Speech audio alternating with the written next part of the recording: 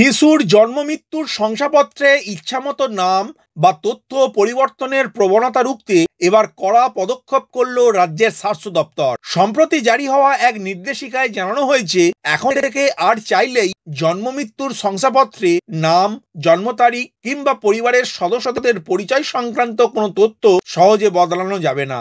সংশোধনের সম্পূর্ণ অধিকার থাকবে সংশ্লিষ্ট এলাকার রেজিস্ট্রারের হাতে।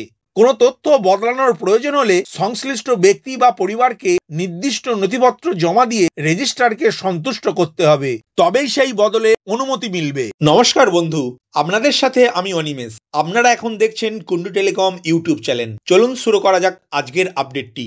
জন্মের নথিপত্রে কোনো জরুরি ভুল সংশোধন করা সম্ভব, সেই ব্যাপারে নয়া নির্দেশনামা জারি করলো রাজ্যের স্বাস্থ্য দপ্তর। সাফ জানিয়ে দেওয়া হয়েছে, 3 ধরনের ভুলেই শুধুমাত্র সংশোধন করা হবে। প্রথমত, ক্লারিক্যাল এরর, যেমন নামের বানানে ছোটখাটো ভুল থাকলেই পরিবর্তন সম্ভব। নথি তৈরির সময় জন্মের সময়ে কোনো ভুল থাকলে তাও বদলানো সম্ভব হবে। বার্থ রেকর্ড থেকে রেজিস্টারে তথ্য প্রতিলিপি করার সময় ভুল হলে তার সংশোধন করা যাবে। দ্বিতীয়ত, তথ্যগত ভুল, বার্থ সার্টিফিকেট রেজিস্ট্রেশন কালে তথ্য এন্ট্রি করার সময়ে ভুল থাকলে তা পরিবর্তন করা যাবে। যেমন ধরা যাক ডেটা এন্ট্রি করার সময় লিঙ্গ ভুল হয়ে গিয়েছে, তা সংশোধন করা যাবে। তৃতীয়ত, প্রাথমিক নথি তৈরির সময়ে শিশুর নাম না দেয়া থাকলেও পরে তার নাম নথিভুক্ত করা সম্ভব হবে, কিন্তু নামের সম্পূর্ণ পরিবর্তন, জন্মের তারিখ পাল্টানো কিংবা বাবার নাম বাদ দেয়া বা অন্য কারো নাম সংযোজন, এই ধরনের গুরুতর ও মূলগত পরিবর্তন আর কোনোভাবেই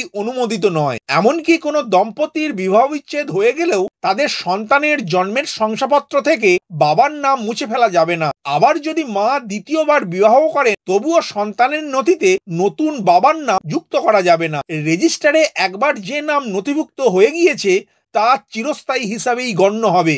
এর পেছনে প্রশাসনের যুক্তি, জন্ম মৃত্যুর শংসাপত্র নাগরিক জীবনের এক গুরুত্বপূর্ণ নথি। এই নথির ভিত্তিতেই স্কুলে ভর্তি, পরিচয়পত্র তৈরি, সরকারি বিভিন্ন সুযোগ সুবিধা পাওয়া কিংবা ভবিষ্যতে আইনি প্রক্রিয়া নির্ভর করে। তাই নথিতে বারবার পরিবর্তনের সুযোগ থাকলে ভবিষ্যতে তার নানা জটিলতা তৈরি করতে পারে। তাছাড়া তথ্য নিয়ে বিভ্রান্ত, জালিয়াতি কিংবা প্রতারণার আশঙ্কাও থেকে যায়।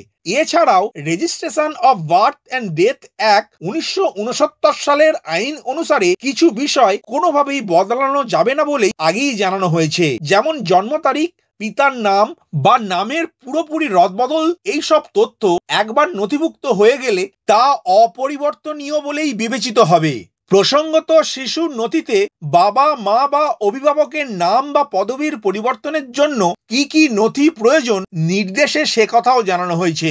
নির্ধারিত ফরম্যাটে শিশুর বাবা, মা বা আইনি অভিভাবককে আবেদন জানাতে হবে, অথবা শিশুটির সঙ্গে সম্পর্কিত প্রাপ্তবয়স্ক কেউ এই আবেদন করতে পারবেন। প্রথম শ্রেণীর বিচারকের কাছে পেশ করা হলফনামা, পরিবর্তিত নাম রয়েছে এমন প্রয়োজনীয় কাগজপত্র জমা দিতে হবে, যেমন স্কুলে ভর্তি বা transfer certificate, voter card, ration card, passport, Aadhaar card প্রভৃতি।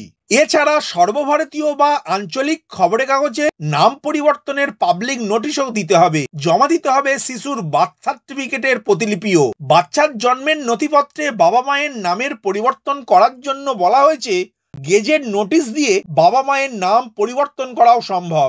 বাবা মায়ের আবেদন, প্রথম শ্রেণীর বিচারকের কাছে পেশ করা নাম পরিবর্তনের যুক্তিগ্রাহ্য কারণ দেয়া হলফনামা, Aadhaar card, voter card, PAN card বা পাসপোর্ট অথবা বিয়ের রেজিস্ট্রেশন সার্টিফিকেট, বাচ্চার বার্থ সার্টিফিকেটের প্রতিলিপি ইত্যাদি তথ্য জমা দিতে হবে। সব মিলিয়ে জন্ম মৃত্যুর নথিকে আরও নির্ভরযোগ্য ও স্থায়ী করে তুলতেই এই সিদ্ধান্ত বলেই মনে করা হচ্ছে।